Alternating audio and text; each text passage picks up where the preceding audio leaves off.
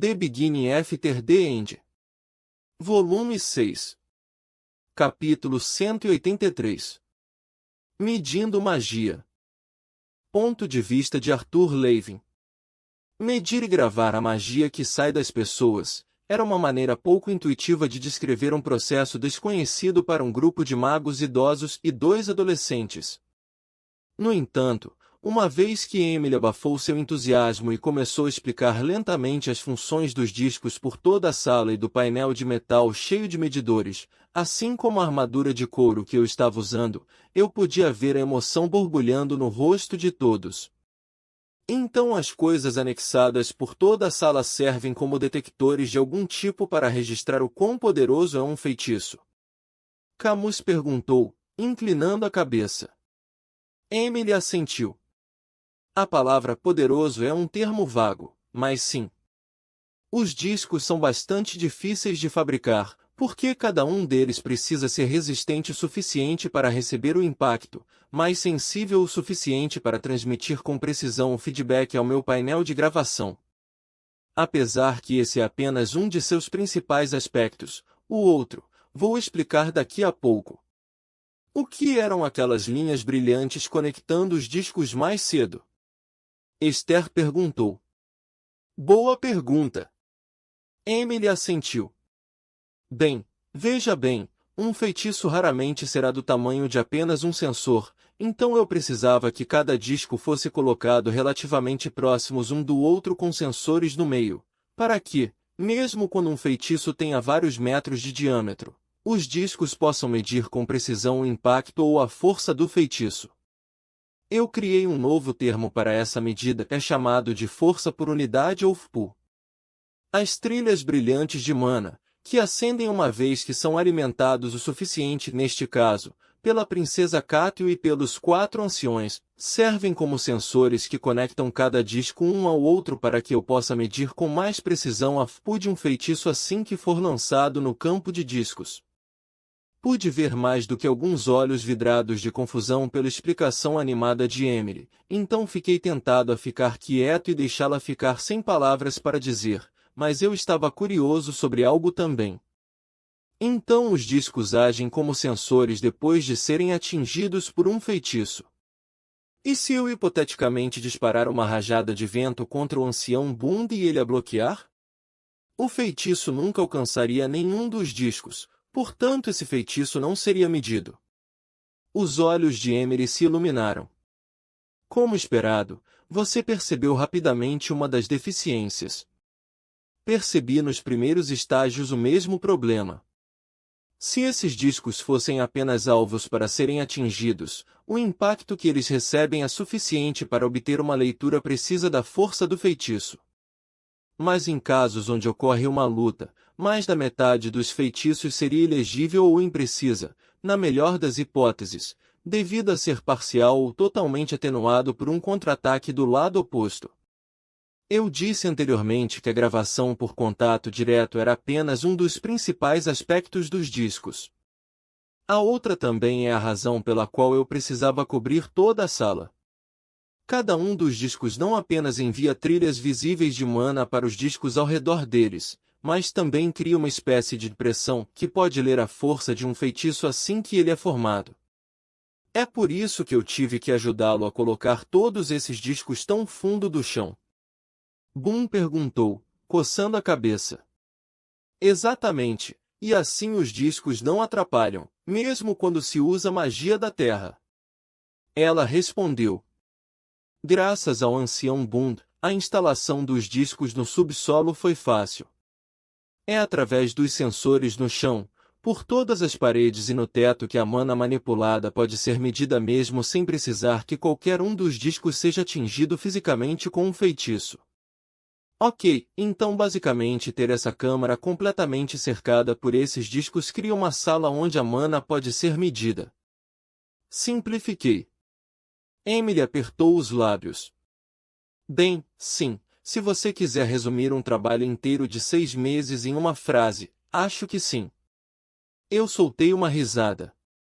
Acredite, eu sei muito bem o que você criou aqui é uma maravilha tecnológica que ajudará os magos a se desenvolverem muito mais rápido no futuro, mas acho que nenhuma das pessoas aqui tem planos de ser artífices.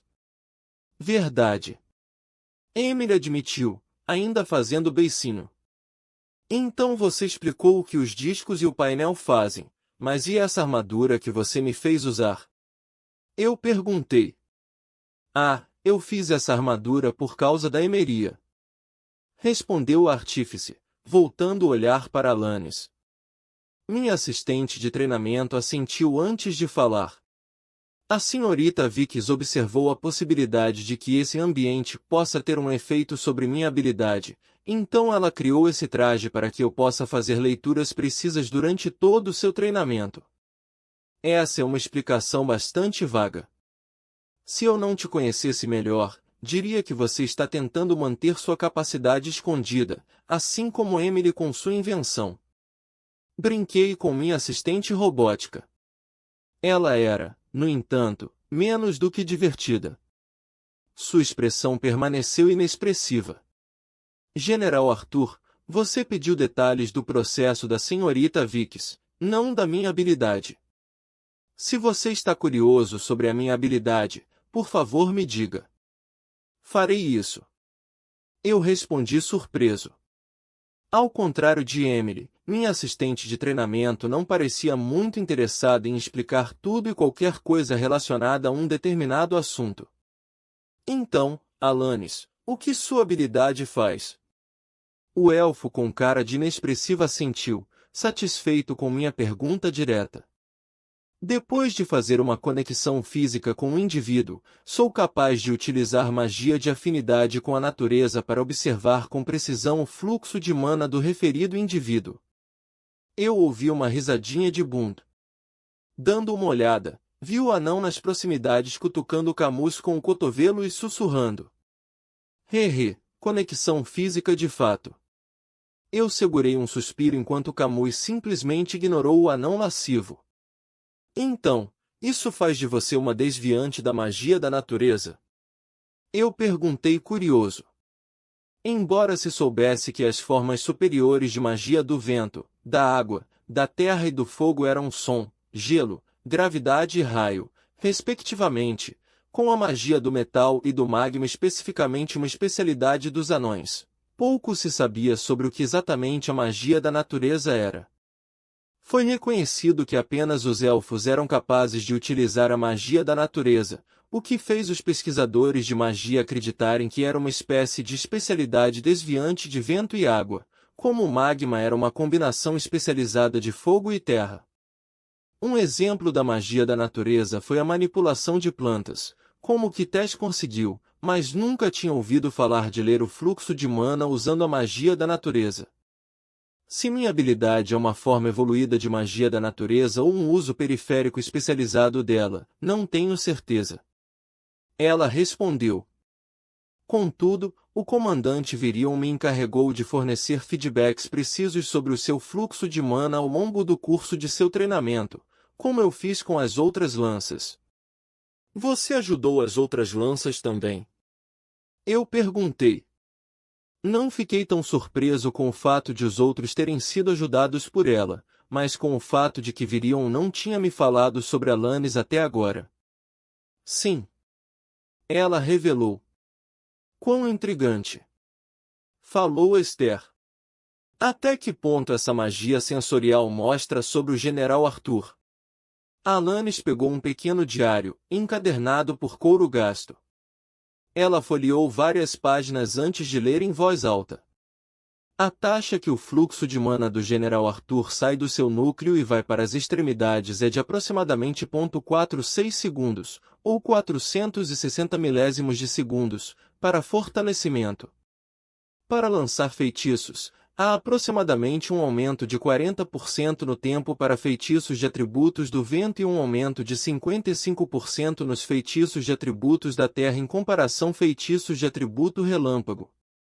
Magia de fogo e água não foram usadas o suficiente durante a sessão, de modo que nenhuma leitura pôde ser feita. O ponto 46 segundos é muito específico. Como você conseguiu medir o tempo com precisão? Camus perguntou, com seu interesse também despertando. Alanis pegou um pequeno dispositivo em forma de cubo no interior de sua jaqueta. A senhorita Vick generosamente me forneceu esse dispositivo de contagem de tempo.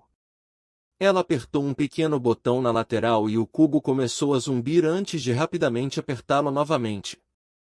Ela nos mostrou o topo do cubo, e mostrou o tempo, até uma fração de segundo. Nunca pensei que veria uma ferramenta tão inútil. Resmungou Bund, obviamente desinteressado na análise desses números. Absurdo! Esse dispositivo pode medir a rapidez com que você pode correr de um extremo a outro da sala com esses tocos curtos que você chama de pernas. Esther zombou, um sorriso presunçoso em seu rosto. Bund soltou um bufo alto. Por que uma coisa tão plebeia como correr quando eu posso fazer a terra debaixo de mim mover meus pés, sua bruxa velha? Os dois começaram a brigar mais uma vez, me fazendo pensar qual era o relacionamento deles. Mas não eram apenas as brigas deles. Quando estávamos lutando, todos os três anciãos tinham um estranho grau de coordenação, como se já tivessem lutado juntos antes. Fiz uma anotação mental para perguntar a Kat ou ouviriam mais tarde. Voltando minha atenção para os dois elfos, parecia que Alanis tinha acabado de responder à pergunta de Camus, que eu tinha perdido. Entendo. Respondeu o velho elfo, pensativo. Eu não gostaria de incomodar muito a senhorita Vick sobre isso, então eu mesmo vou adquirir alguns materiais. Não há realmente nenhum problema, ancião Camus. Emily falou. Eu estava planejando melhorar o traje de General Arthur de qualquer maneira. Fazer mais alguns não seria muito difícil assumindo que eu tenho os materiais em mãos. O que está acontecendo? Eu sussurrei, inclinando-me para Cátio. O ancião Camus perguntou se era possível a senhorita Emeria fazer leituras para várias pessoas. Respondeu Cátio, se distanciado um passo de mim. Ops! Um pouco perto demais para ela. Também me distanciei, lembrando que a princesa sempre foi cautelosa com sua bolha pessoal. Isso vale para você também. Ela assentiu. Estou curiosa para saber como é a velocidade do meu fluxo de mana se compara aos outros. O aspecto da comparação trouxe à mente um monte de perguntas que eu queria perguntar a Emily, mas não era hora de perguntar agora. Em vez disso, me virei para minha assistente de treinamento. Alanis, quais eram meus números depois que usei Realneia, quero dizer, depois que meus cabelos e olhos mudaram de cor? Todos olhavam para o elfo com expectativa. Até Esther e Bund, cujas brigas, talvez até flertando, pararam para ouvir sua resposta. Alanis só precisou virar uma página no caderno antes de responder. A eficiência de conjuração de feitiços do General Arthur, desde o estágio de invocação mental para a modelagem física da mana elementar, aumentou quase 5 vezes em todos os espectros de elementos. E Bund pressionou enquanto todos prendiam a respiração. Alanis balançou a cabeça. Minhas desculpas, General Arthur. Não gravei o fortalecimento do seu corpo após a alteração de sua forma. Está tudo bem. Eu a consolava. Foi porque não houve diferença suficiente nos tempos? Ah, não. Não foi por isso. Alanis alterou, os olhos arregalados. Eu não gravei porque simplesmente não consegui. General Arthur, a velocidade de fortalecimento do seu corpo já está a par com a maioria das lanças. Após a transformação, no entanto, a velocidade de fortalecimento do seu corpo foi rápido demais para eu tentar medir. Asterisco, asterisco, asterisco. Como está seu irmão nesses dias? Eu perguntei, esperando preencher o silêncio desconfortável no corredor. Estávamos andando em um dos andares residenciais do castelo.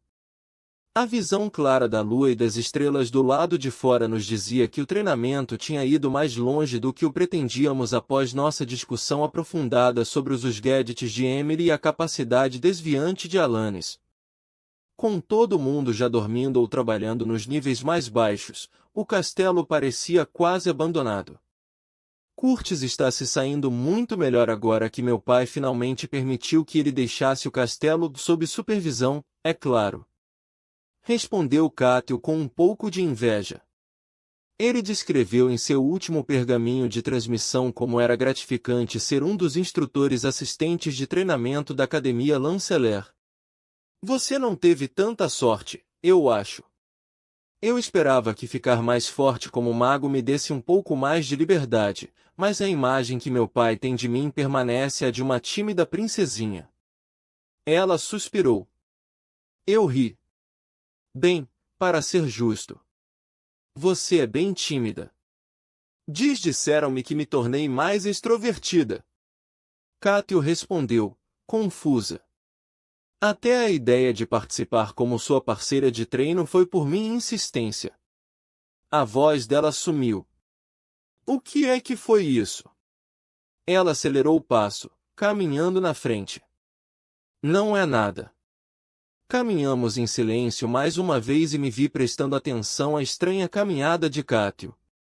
Seus passos tinham uma cadência quase monótona, cada passo feito nas pontas dos pés para emitir pouco som. Ela era pequena, mas cada passo exalava uma confiança que parecia bem ensaiado.